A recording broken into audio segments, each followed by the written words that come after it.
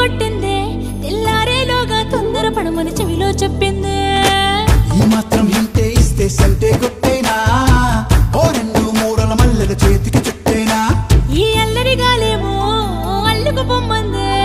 మాటలతోటి కాలక్షేపం మానేమంటుందే అబ్బబ్బా కబడ్డీ కబడ్డీ